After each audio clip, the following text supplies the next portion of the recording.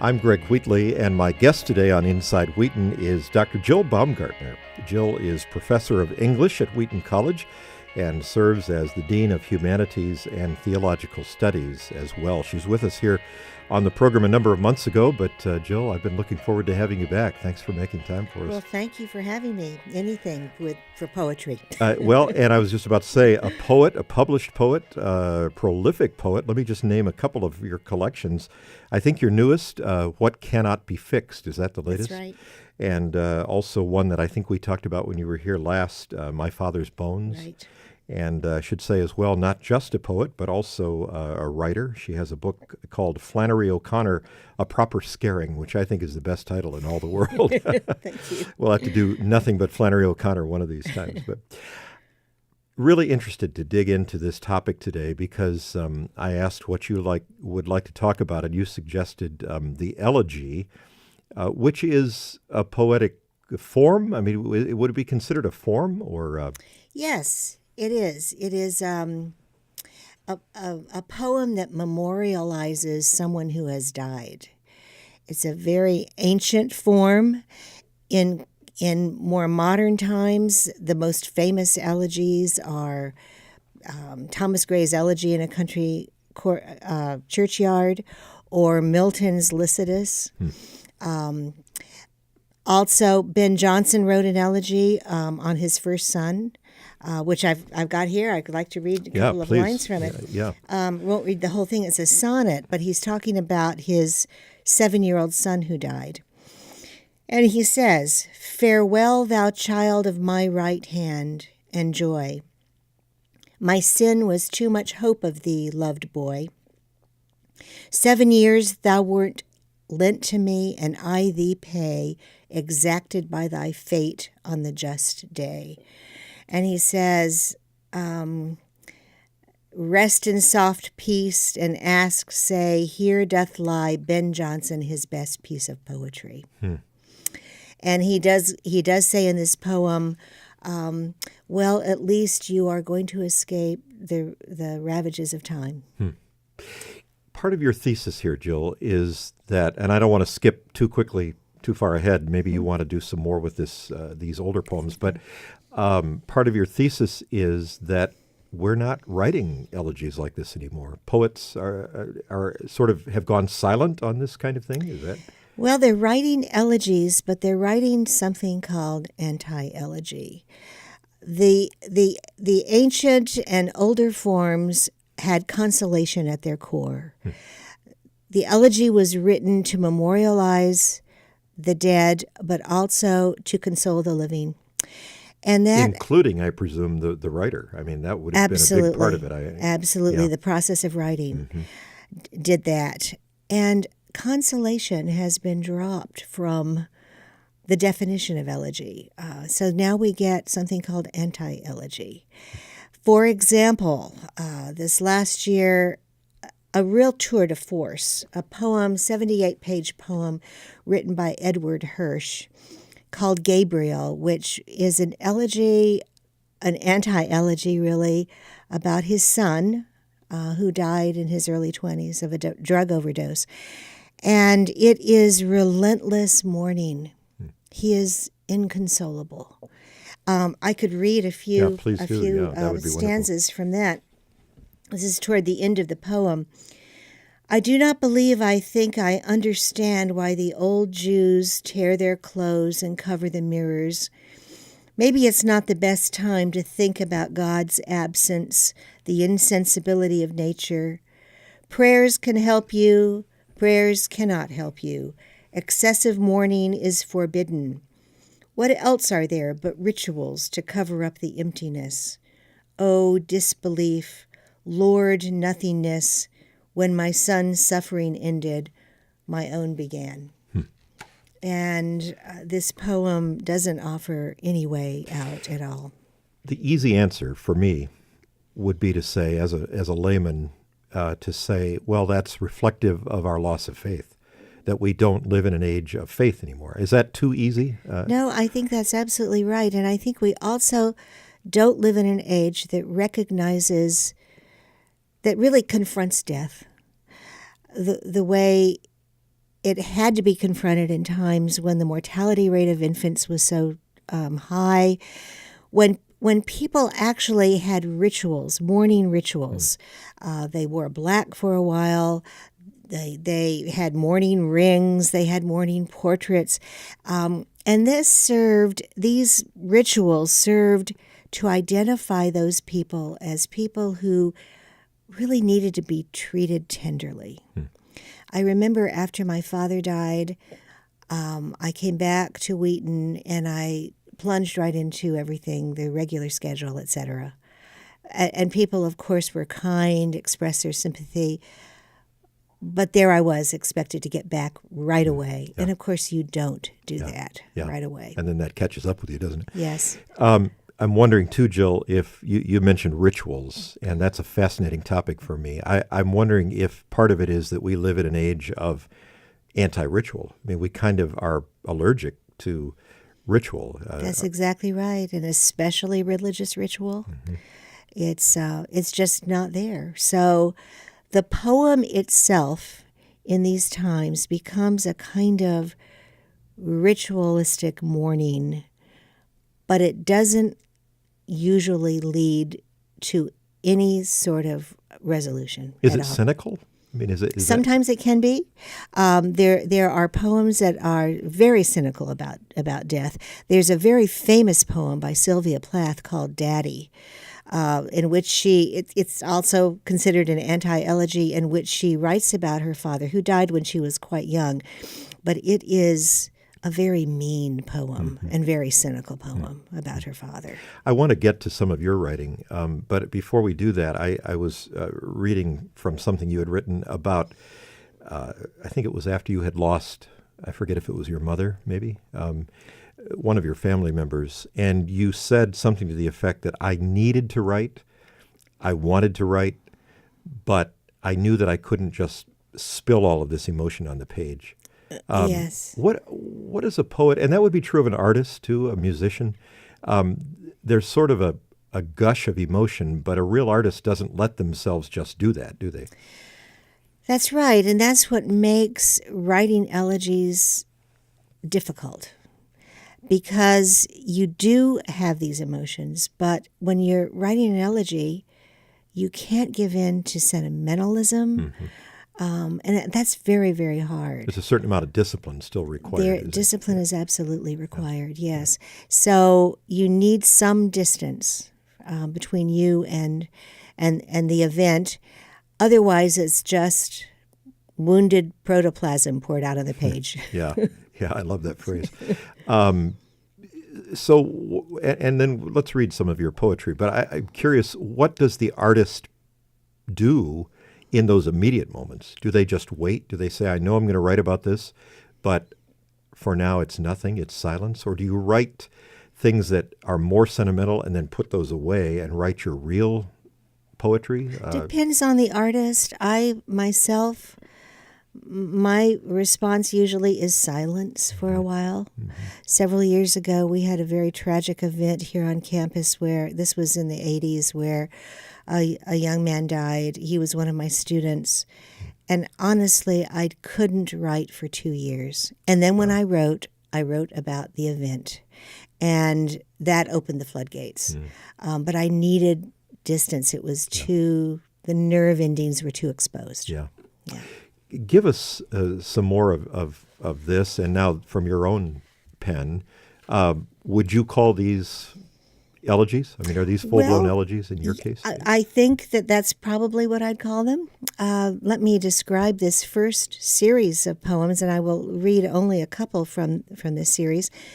This happened, I was at Yaddo, which is the Artist Retreat Center in upper state New York. This was right after 9/11. And the artist arrived. There were 12 of us in residence there, shell-shocked. Most of them were from Manhattan and Brooklyn, and they had been right in the center of this. And no one could write. And it was about the same time that I also experienced the death of my 23-year-old godson. So there was a lot on my mind, and I realized I couldn't write directly about any of this. But what I could do was use a ritualistic formula, which was the liturgy, the formula of the liturgy, the funeral liturgy from my church, and write meditations on the various parts of the funeral liturgy. There are 12 parts.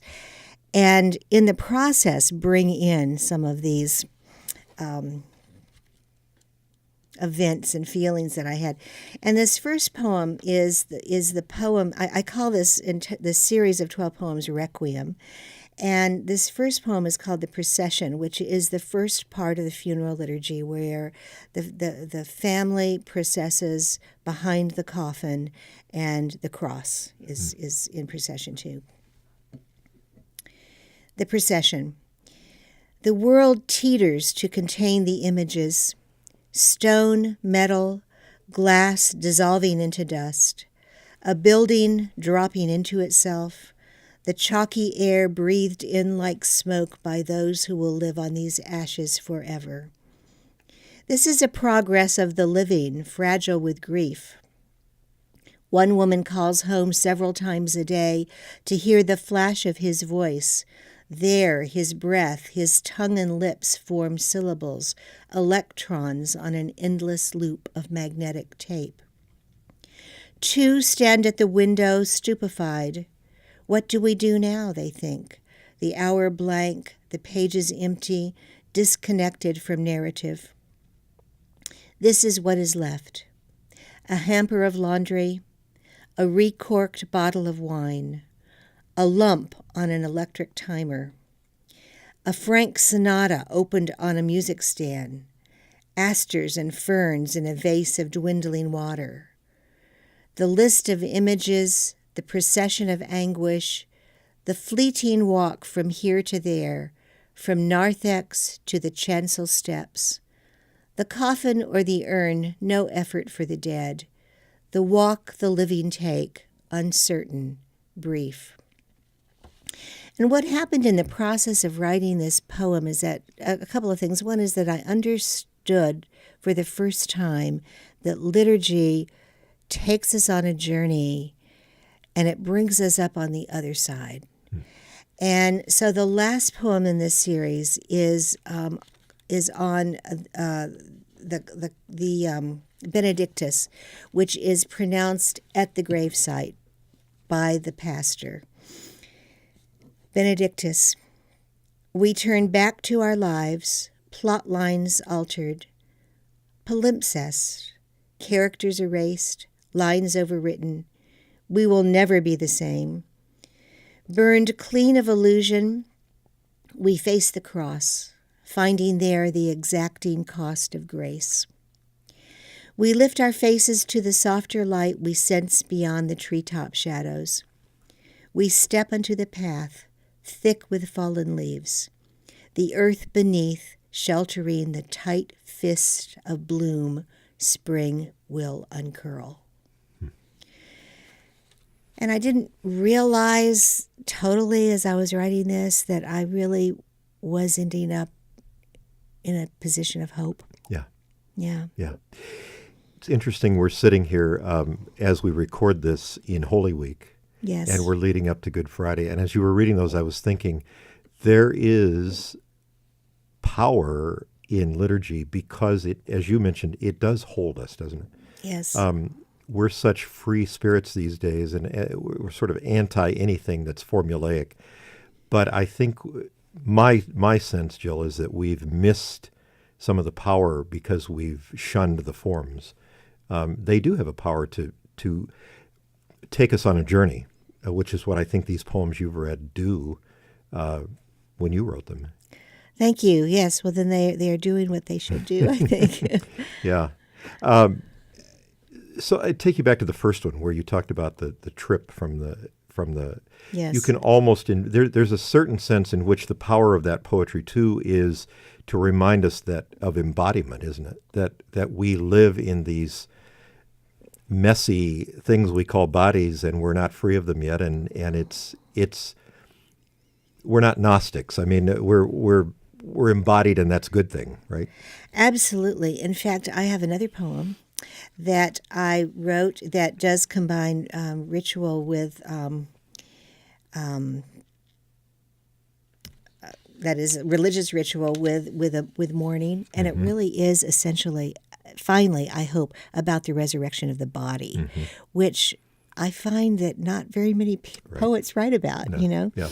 And this I'm not sure many Christians think about it either, to be honest. I think so. I think you're right. Yeah. In fact, that's part of the creed that people don't realize they're saying when they're saying it. So this is called Easter Vigil. And it's about, it takes place during the Easter Vigil, that is Saturday night before Easter morning. And in the ancient ritual, it is a time when the catechumens were baptized and the Old Testament lessons are read, and then the procession to the front of the church, where all of a sudden Easter happens in front of you. The flowers are brought in, and there's communion and music, and it's quite remarkable. Well, this Easter Vigil, my two godsons were baptized, and as I mentioned before, one of them died several years later, and this was my attempt to try to imagine the resurrection of the body. From the church's side door we follow the candle, held aloft in the uncertain spring evening, this dead time between death and birth, treading the pavement to the opened narthex door, the procession silent as dusk. Our tapers flare briefly as they steal flame, then settle into small, steady burns, each a puncture to the gathered darkness of the sanctuary. The human story, the rebellions, the redemptions, read in darkness, the light to some a present shimmer, to most a dim promise. And you, two brothers, sitting in the deepened shadows, not quite sure that this hushed service is really yours, knowing only that your time has almost come.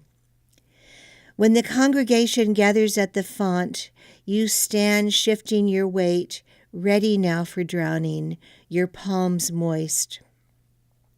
How can this birth be so like death, you wonder, its public nature almost humiliation?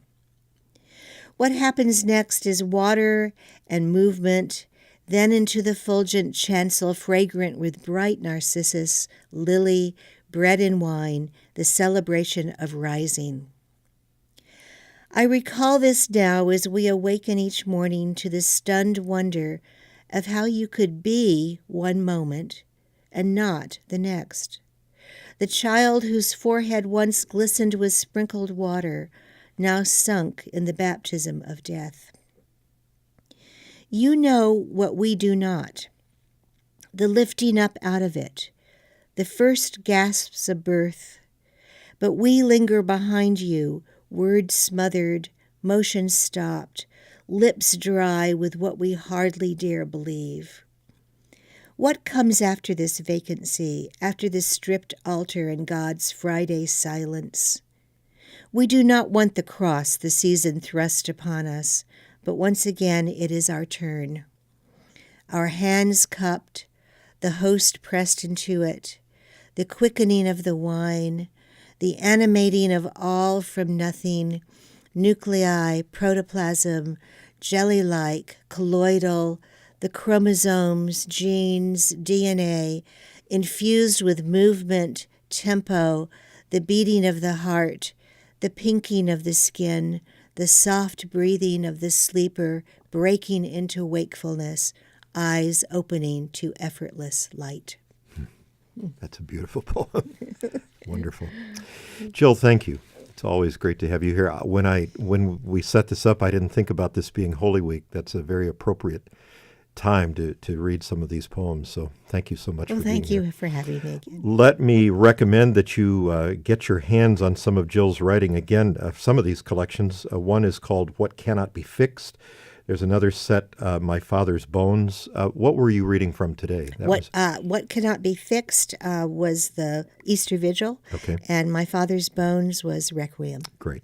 Find those on Amazon, I assume? Yes, Okay. yes. Look those up. We certainly commend that to you. Jill, thank you so much. Thank you. For Inside Wheaton, I'm Greg Wheatley.